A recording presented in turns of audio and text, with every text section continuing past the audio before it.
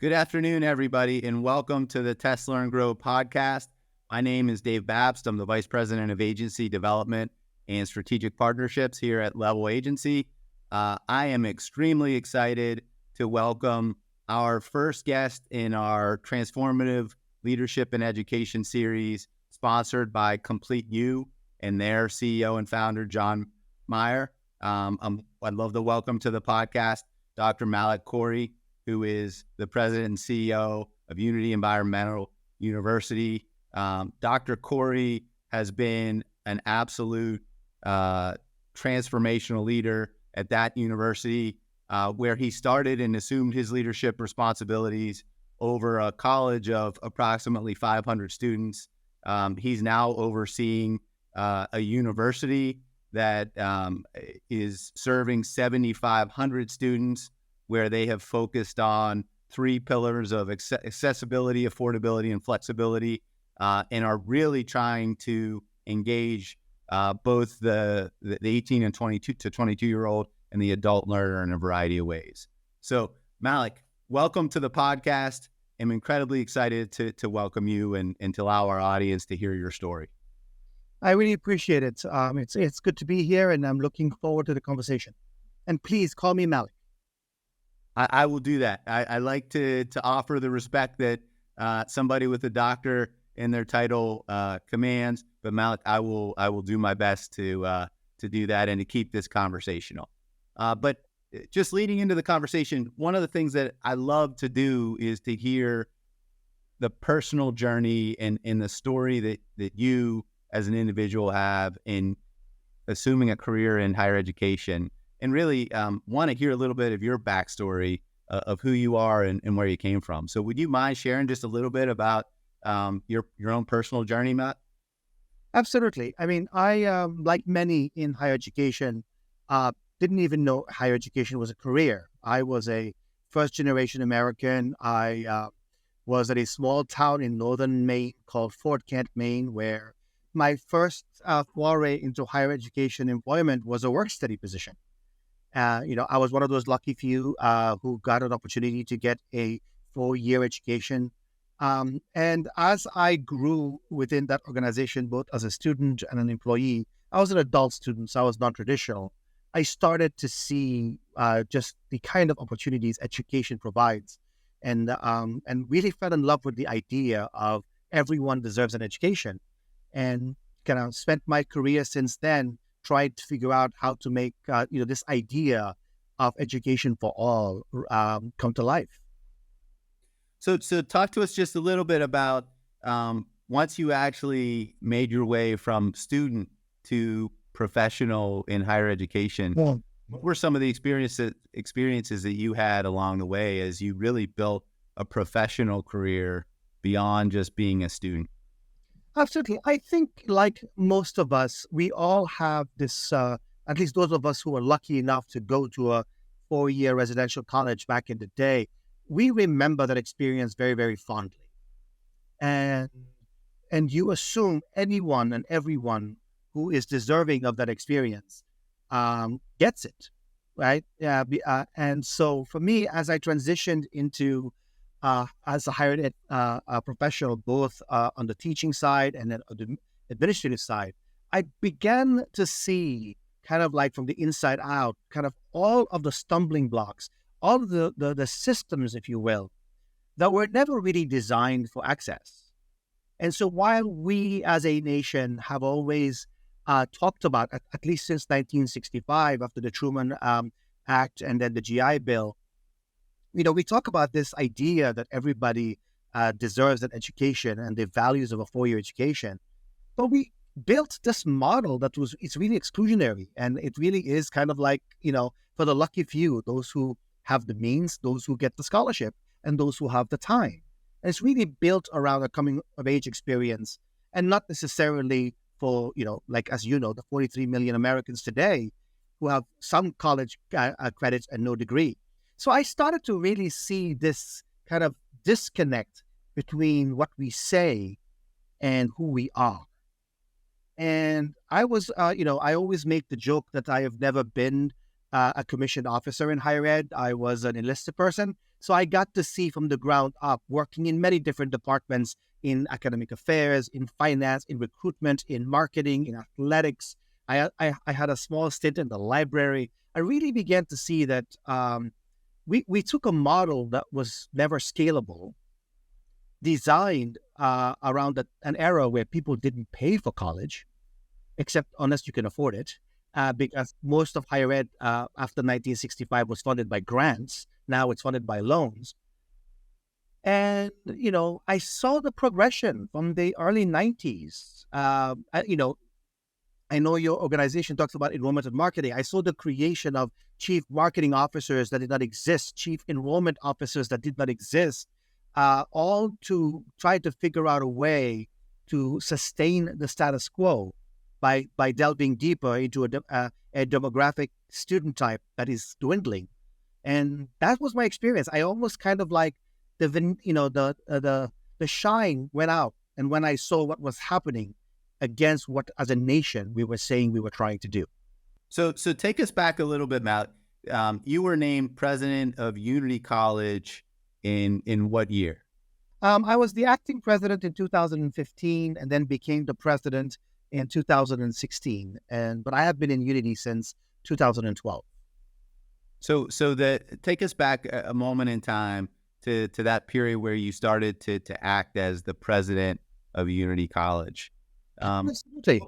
What were some of the thoughts that you had as you assumed that that type of leadership at the institution? Absolutely. I mean, when I became the president of Unity, we had just completed with my predecessor, who actually was the gentleman who hired me, a brilliant man by the name of Dr. Mulkey, who actually, the claim to fame for Unity under his leadership was we were the first college or university in the country to divest our endowment portfolio from fossil fuels. And we will always be the first which has launched $1 trillion industry of social investing. And so very, very proud of that under his leadership. But we had come through about a 3-year, what we affectionately called the deep dive, which was a branding exercise trying to find out why all, the small private colleges had just begun to struggle with enrollment. And we were trying to figure out what's the problem. I mean, we are an environmental university, back then a college. Climate change is becoming a hot topic. The sciences are important. So why was it that we were kind of, on that enrollment roller coaster, if you will, where, like many small colleges, up a few years, down a few years, up a few years, down. And back then it was, you have to hit the 1,000 mark if you want to be sustainable. You remember that, I'm sure. Yes. Yes. And, what we found out was that our curriculum wasn't the issue. Environmental science and STEM is important. Back then, no one was saying that education isn't important. So what was the problem? And so when I became president, we had just kind of finished that exercise. And what we realized is our curriculum, our mission was ever so relevant. But our governance model and our operational model was really designed to emulate an Ivy League school or a institution with a very large endowment, or an institution that is heavily subsidized, and really catered towards one audience, rising seniors in high school looking for their first year residential experience. And that made us a single audience institution for a population that was dwindling, which has, as you know, over the last 20 years caused a lot of colleges to either close, struggle, or transform. And so I had the privilege, if you will, of saying, if our mission is going to survive to provide access to the environmental sciences, how can we be a multi-audience institution? And that started the journey that has had its ups and downs, where today, we are at around 7,500 students. Our multicultural population of students grew from about a 50-year average of 8% to almost 23. Our average age has grown from the traditional to about 30. And something I'm very, very proud of, the amount of students who have to take alternative loans to get our degrees has dropped from 15% to less than 1%. And that's what kind of the journey happened when I kind of took office and went, great school, great programs, critical mission, not really accessible to those who need it the most. So what do we do? So you're speaking the marketing language, going from a singular audience to multiple audiences in order to serve a broader mission. One of the things that really stood out to me in an earlier discussion that you and I had was really centered around this notion that as a transformational leader, you put a vision out there around this time of what you wanted to achieve, and it was very well received, right? But putting a vision out there and actually getting people to move in the direction of that vision are very different things. Can you talk to us a little bit about some of the challenges that you experienced beyond just putting that vision out there of where you wanted to go, and then actually getting people to buy in and support it? Absolutely. I think you nailed it. I mean, who is going to argue that you want an environmental science mission that is accessible to all? And so from a macro perspective, everybody bought into that. Yeah. But then when you start to look at your adult students and their ability and need to have a flexible schedule that does not allow them to be full-time, when your programming is really designed around freshmen who can spend 4 years on a campus not distracted, when you looked at place-bound students who could not access your education because they couldn't move to Maine and spend 4 years, when you look at the working student, whether there are 22 or 45, who needed a little bit of flexibility because they needed to work while they went to school, all of a sudden, what was a very welcomed vision became a real impasse for changing how we operate. Because up till that point, we in higher education were still saying, 4-year residential, and we were confusing that with a liberal arts and science education, and we were confounding modality with education. And because we in higher ed have never really had to transform, we're very, very good at discounting innovative colleges and emulating colleges that had a lot of money to spend. And so all of a sudden it was like, what are you talking about? No, we can't do this. That's not how it works. Wait a second. And then you add to that most institutions like ours were designed around a governance structure that was to protect from change and not one that is adaptable. Yeah, so a really wonderful vision all of a sudden became a real burden to implement. And we had no model to look up to say, look, they're doing it. Because if you looked at Harvard or Bowdoin, they didn't have to change, and Right. Everybody else was trying to keep up appearances, and those who weren't were often ignored. And that was the challenge between a vision that people got behind and a reality of implementation that became a bit of a flashpoint as we as an institution tried to transform. Yeah. So there are two questions that really emerged for me as I listened to your response. The first is more of a marketing question. Mm-hmm. As you recognize that you want to be serving more than a singular audience, Mm-hmm. How did you start to begin to think about that new audience type that you're trying to reach and serve at that period of time? Absolutely. I mean, it is no secret that a lot of institutions that are small, between 500 and 1,500, right? If you look at their employee base, whether it's in admissions and marketing, faculty, staff, whoever it is, I mean, they already have full-time jobs and they're pretty, busy as it is, and they're pretty good at the product you currently serve. To then say, okay, do all of that, and now let's learn how to deal with adults. Now let's learn a new pedagogy. I think is one of the fundamental mistakes that a lot of institutions do. Is you already have a full load, and also your team sometimes does not have experience in serving that new audience. So we created something called the enterprise model. The idea was that we would have our own kind of private system that has a series of functions that are centralized to look at the big picture.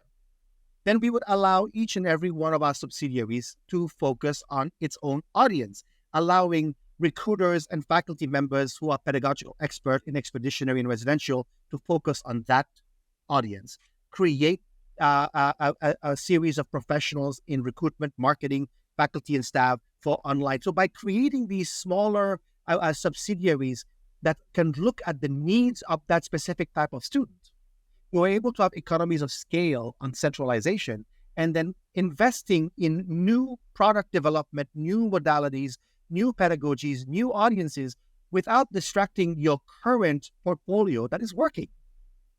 So we really leaned into this idea of defining the student profile for each of our subsidiaries instead of asking one group to do multiple things. We started to, go ahead, sorry. No, and I was going to say, I think that lends into the second question I have, and you're taking a much more kind of concerted, focused effort to understand an audience, and then you actually married that with rethinking governance. Correct. And how your organization is structured. Correct, because most small private institutions, their governance structure are designed around the elites of pre-1950s, right?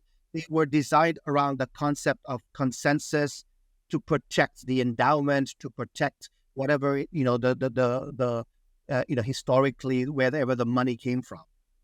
Our models were never designed for adaptability.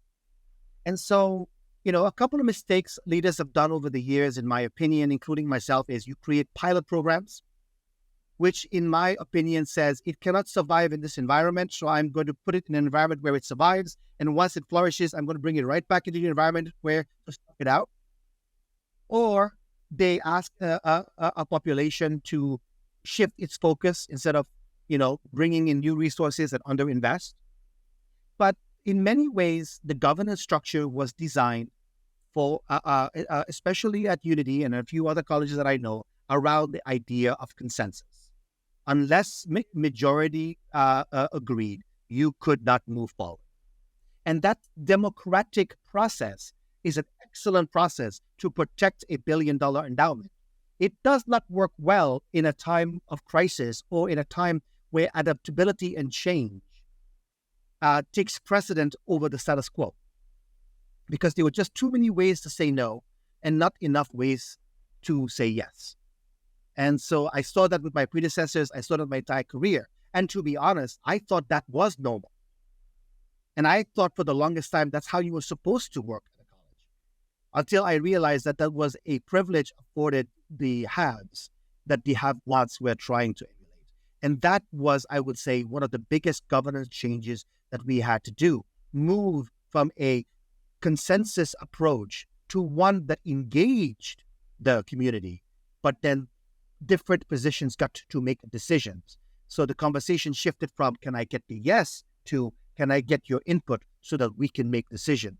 And that was allowed us to move much faster, but was not, was something that was quite, I would say, challenging for those who have, all they knew was that singular governance structure. So talk to me about when you knew, obviously you had a vision for where you wanted to go. Well, great. And you made some really shrewd decisions early on in your tenure around understanding multiple audiences and creating a governance structure that would enable you to move more nimbly. Talk to me a little bit about when you started to realize that what you were doing is actually working. Sure. As you can imagine, when you do something new like that, a lot of people are invested in saying it's not going to work. Right. Because it's not what they know and it threatens their comfort zone. Right. So for us, one of the things I like to talk about a lot is the concept of cost of acquisition.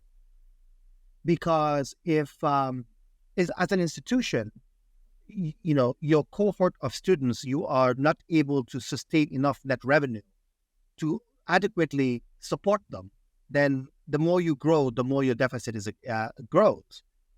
So for us, we started to look at what the cost of acquisition for our residential students, the cost of acquisitions for our first subsidiary, which is distance education. And when we went away from the semester model, when we went away from the tuition discounting, when we went away from some of those traditional approaches, the one course at a time, we went from a cost of acquisition of almost $10,000 per student to a cost of acquisition of less than $3,000 a student, going from bringing in about 200 students a year to almost now we are bringing in about 6,000 to 7,000 students a year this year. Wow. And then over time, because time is the true test of longevity, right? We saw that our retention rates and our persistence rates remained within the standard deviation of when we were a purely residential program, even though we're bringing a significantly low socioeconomic population than those who historically can afford a residential program. The access to environmental science education by adults, by military vets, by multicultural folks with students with zero EFCs. So if you are looking at a measure of success from access to a socioeconomic population, check. If you're looking for reducing the debt burden, check. If you're looking at multicultural access, check. If you're looking at ultimate flexibility, check. And if you're looking at enrollment, check.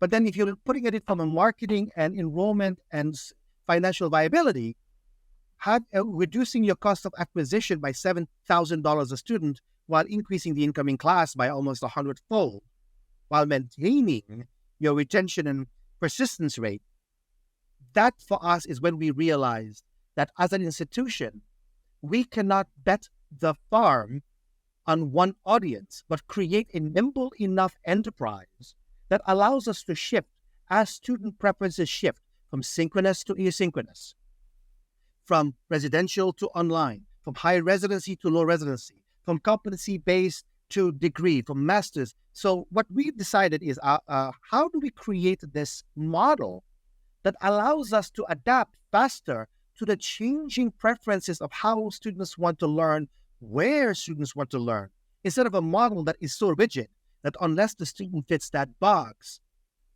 they don't fit in our university because they are alternative revenue or all the words that we use to pay homage to the true student. All of our students are true students.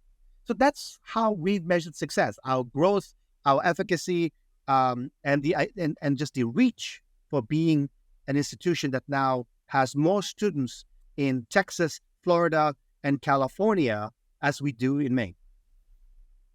So talk to us a little bit about how you've been reaching those students in Texas and Florida. What is it that as a marketer, I'm fascinated by, what is the essential message that you've been using, and how do you think that has engaged students that reside outside of Maine in such a meaningful way that they decide to go pursue a degree at your school? Absolutely. So, our mission doesn't hurt, right? The environmental sciences. But to be fair, I think a lot of times where marketing is misinterpreted in higher education to mean sales. But if you actually define marketing accurately, it starts from R&D to product development, right? All the way to sales and then decline. And so I think a lot of times we hire people in admissions, we hire people in marketing, and we ask them to sell Betamax in a streaming world. Yes. Right? So if you were to talk to 100 enrollment managers, they'll tell you that they have a seated cabinet. But the academics won't budge, the finance no one will budge. And the responsibility is for you to go and find that perfect 200 freshmen so that we can continue to live the perfect life. Now, if you are Bowdoin, if you are Harvard, if you are Middlebury, that is a great job to go do because you've got the brand equity, you've got the endowment, you can, basically, shape your class. But if you are a tuition-driven institution, you cannot just market and sell your mission and your value proposition if you're not willing to augment your product.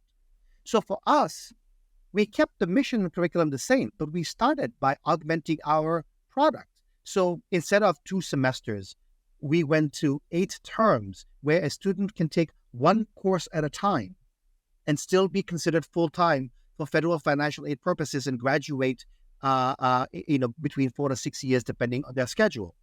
We demystified the cost of attendance from a very opaque model of this is the sticker price, don't worry about it, let's give you a scholarship here and there, to we charge per credit hour. So we looked at the 4 Ps of marketing, right? The product, which is the curriculum. Right. We stopped, trying to sell something that people don't want. But within our majors, all of our majors, we have the gen ed, we have the co-curriculum, we have the environmental and sustainability ethos, but really launching programs that people want. We worked on the product, we worked on the price, we worked on the place. The idea that if you want residential, we have that. If you want commuter, we have that. If you want online, we have that. If you want to be working and go to school with us, we have that. So we worked on place. And then we promoted that. But we also promoted that with 4 distinct recruitment arms that really focus on their own audience instead of a one-size-fits-all. We moved away from this 1970s concept that if you get a degree, you can do anything, to if you want to do this, this is the degree that will work for you. Yeah. We shifted our academic model to have dedicated professional advisors, dedicated professional learning designers, where the curriculum itself was something that is of value to how the student experienced it. Yeah. And that's where I think some small colleges lose their way. They only tackle one of the P's of marketing. And that's what we did that. And so I know I'm not answering your question directly, but I'm getting to it. I wanted to create some context. Yes. And then we said, okay, what is the cost of acquisition? And when we looked at what the for-profits did, what the mega nonprofits did, what the R1s did, what the community colleges did, and what the private schools did as a percentage of their operating budget, we realized you cannot recruit and market a national brand with a regional budget. Right? Just That's sending a one recruiter to do 27 high school visits in Texas does not get you a class. It does not. So by doing some very basic economics of saying, in order for our model to work at our price point, our cost of acquisition cannot be less than this or more than that, we were able to work with our recruiters to say, you don't have a budget. What you have is a range based on the incoming class until you hit a diminishing margin of return per program. That then allowed us to create a very dynamic recruitment plan.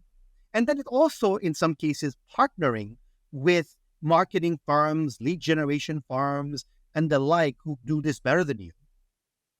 We were then able to turn this into a model that allowed us to equitably invest in states instead of just, here are 5 admissions counselors, here's a director of admissions, now bring me a class of 250. Which, let's shoot straight. Every private college and university is thinking about where is there a high growth population and how can I bring those into my school if you're in a demographically challenged area of the country. Exactly. But the challenge goes beyond that because every state is dealing with a demographic challenge for the population that we are all trained on how to recruit. And right. with testing becoming optional for many states, for the idea that there are less and less traditional freshmen who can afford it, the idea that the growing demographics are first-generation Americans and people who are not second-generation higher ed, and the 43 million Americans who are upset that they started some college and didn't finish. Just by, if you don't rethink where you teach your students, I mean, if I may take a step back, we hire some, as an industry, some of the best minds of the world. We give them no training, we give them no support, and we tell them to teach a class. And the only thing they know how to do is teach the way they were taught. Many institutions do not invest in curriculum designers. They do not invest in instructional design, in academic support. So all we know is a 350-minute class on a residential program.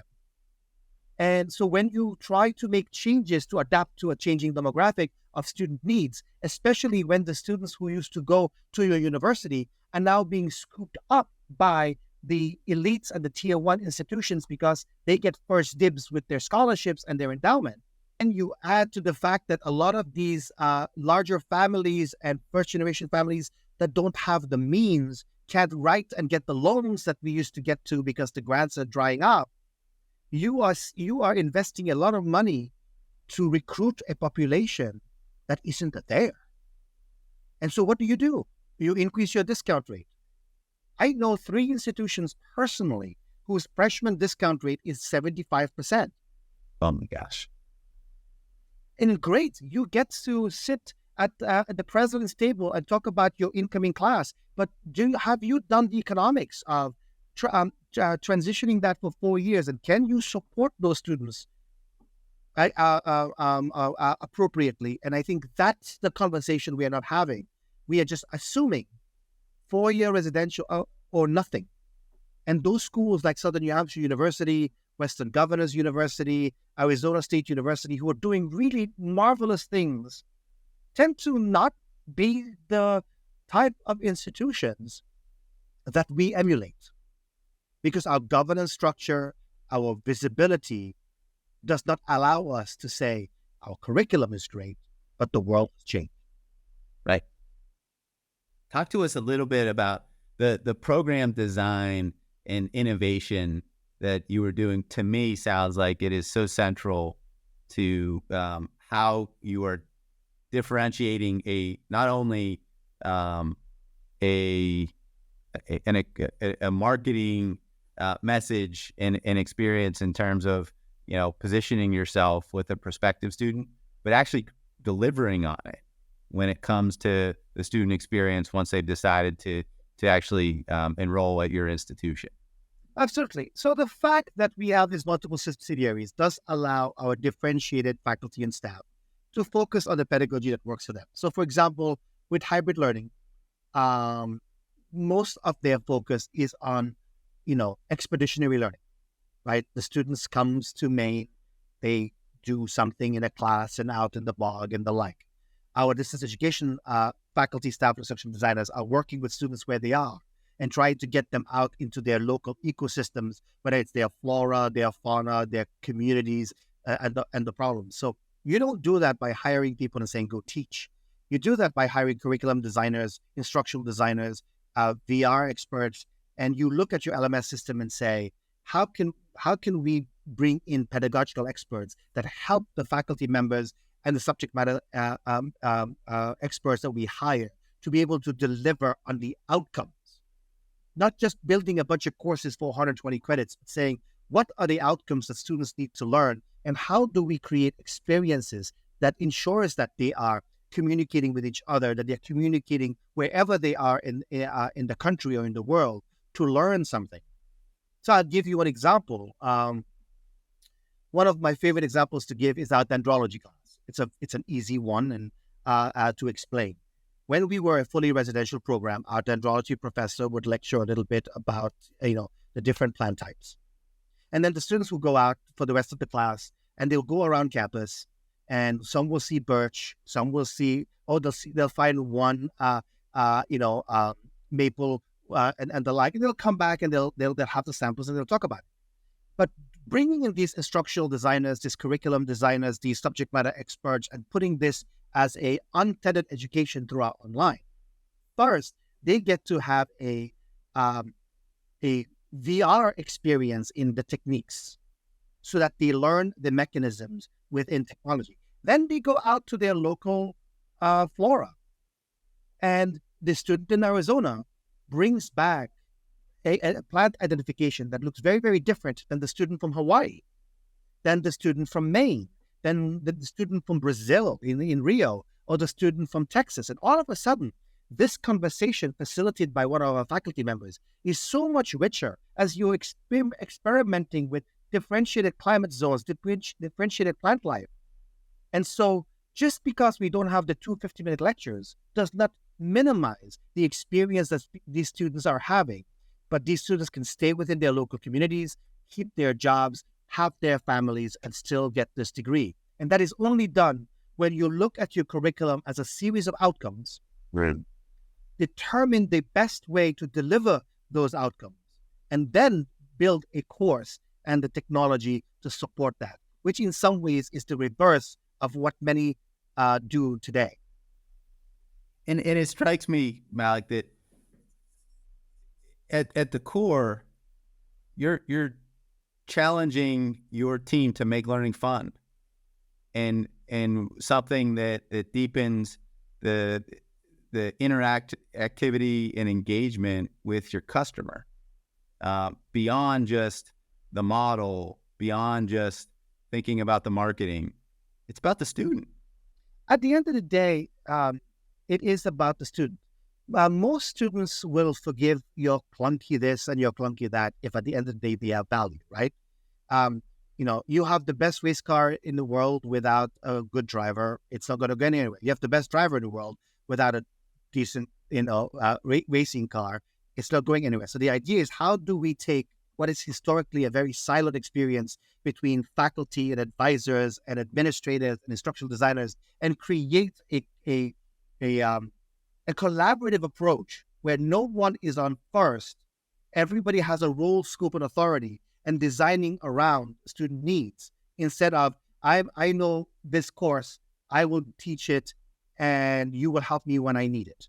It really is about changing the way that we reach students, and not necessarily what I think the mind's eye with online. I think a lot of people think online is email. A lot of people think online is taking a faculty member and putting them on Zoom. But there are many institutions who really great work with curriculum design, instructional design, and course design, and that's where we are trying to push the envelope.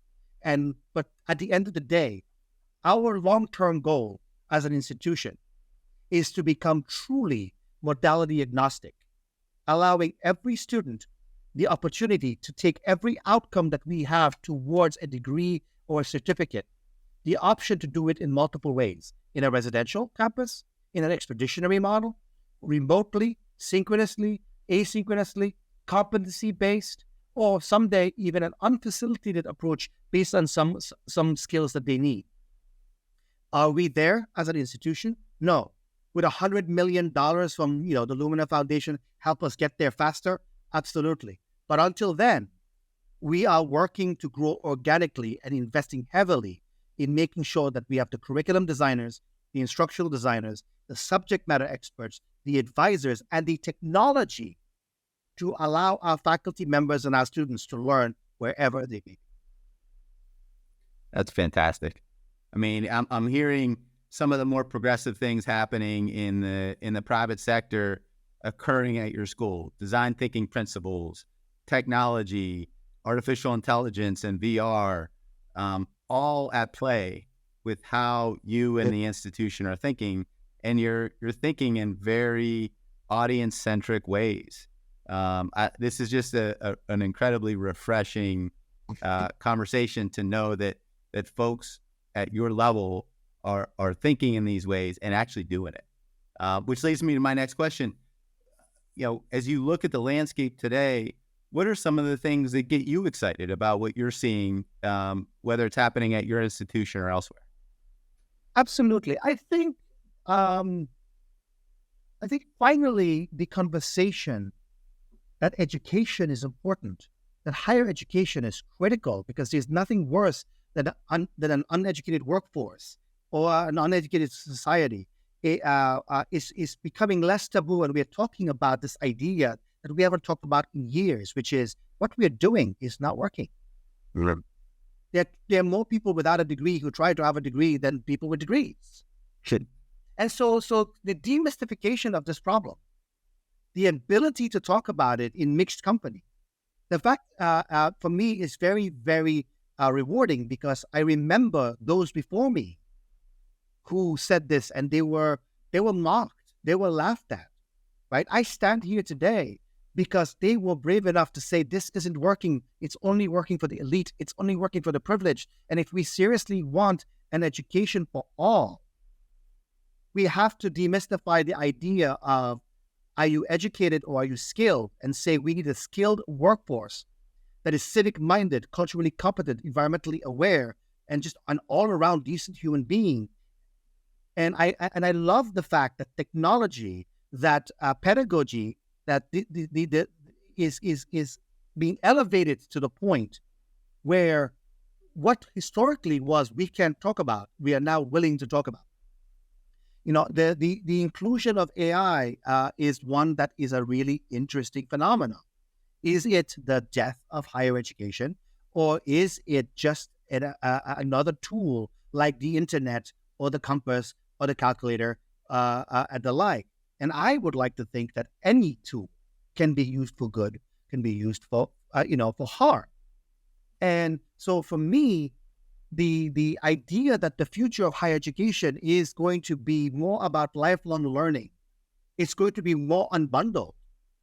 It's not just going to be go to school for 4 years. I have been encouraging my team to stop using outdated language like 4 years and 2 years, because it creates an unfair bias towards those who need a little more time or those who need a little less time because of where they are in their life or in their career. It is about what are the credentials, how are they measured, and what are different ways to get them, be it a micro-credential, be it a certificate, be it an associate degree, be it a bachelor's degree, be it a master's degree, or even better, working with a company or corporation to provide a training specifically for their employees tied into their industry. The future of education is bright because we are in the knowledge economy. Now, will we in higher education use the privilege that we have been given, the status that we have been given, the tenure that we have been given, and change and be the forefront of innovation to partner with government and industry for the new, for the new America, for the new global competitive workforce?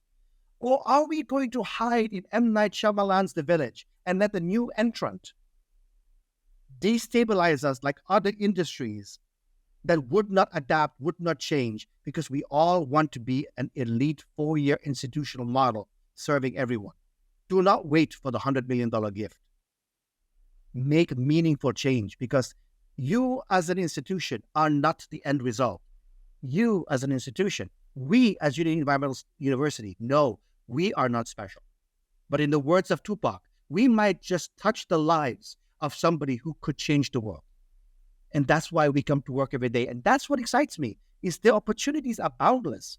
Will we in higher ed step up, or will there be a new entrant? And that is yet to be determined. So last question, and we'll leave you with the last word on this. Incredible conversation. And I think that I'm leaving here as somebody who's a lifelong learner and learning through the interaction I've had with you.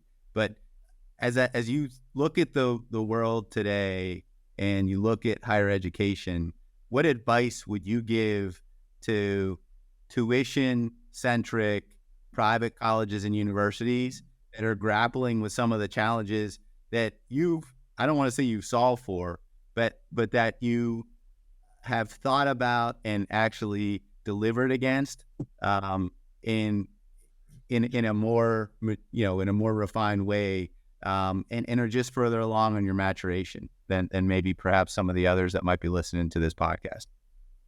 I think that the real conversation is the demographics are changing. Mm-hmm. Affordability is an issue. Flexibility is an issue. You as a tuition-driven institution, if your solution is I need to make sure that my reputation as a leader is intact while I slowly hope for the big gift or to hire the magical admissions director who will bring in that class so that everybody remains comfortable in our own Mayberry or bucolic experience. You are doing a disservice to the position that you have. Your job as a leader in higher ed is to push the envelope to make sure that you maximize the amount of students that get degrees, not minimize. Stop working with an outdated notion during an era of abundance, an era of privilege, an era when more students were denied, and that's how we measured our success. And start to think about all the different types of students who could truly fulfill your mission. And how do you provide a calendar, a tuition, a curriculum, a pedagogy, an approach that supports them? And how do you build that to scale so that you don't build your institution to capacity, but you build it to grow with the students who need you, because you can be the change that they need to be better in their life, whether it's their first job, their first volunteer experience, and their transformation from where they are to where they need to be. Don't say you are student-centric. Be it. Students have the right to fail. But we cannot run institutions that are designed to be more about us than about them. And if you do that, you really look at the basic tenets of recruitment and marketing, and it starts with who are your students, what do they need, and don't make excuses, and don't say things like, oh, I will get a vote of no confidence if I do this, or the board won't let me, or that won't let me. Then all you are doing is you are taking a position that allows you as a leader to make change and basically hiding behind red tape. So you want to make change, make it. Leave the place better than you left it. And make sure that when you leave it, it is not having about 10% more of the students you found, but you're truly beginning to look like a representation that your mission asks for. And you do that by doing market research. You do that by doing curriculum design. And you do that by basically understanding the concept of cost of acquisition, cost of education, and brand equity. Don't add a bunch of majors and a bunch of sports and think that will fix everything. You have to change the three tenets of who can afford your education, who can access it, and is it flexible enough for the 21st century students. Once you fix that and align it with your mission, then you can add all the majors and all the sports and all the events that you want. But remember, increasing tuition, increasing fees to make up your budget, you are burdening families more. Start with the simple premise. I am not increasing tuition. I'm not increasing fees. Now, then help your team come up with innovative solutions, and you will never go out of business. And don't decide which audience is for you. Determine how your mission can serve multiple audience and adapt as the market changes. And I think that is what we need to do in higher ed. Incredible. Melik, I just want to thank you for your time today. I don't know whether to look to enroll as a student at your university or potentially look for a job. You've inspired me today, and I can't thank you enough for joining the podcast. I'm hopeful that other college and university leaders will follow your transformational lead.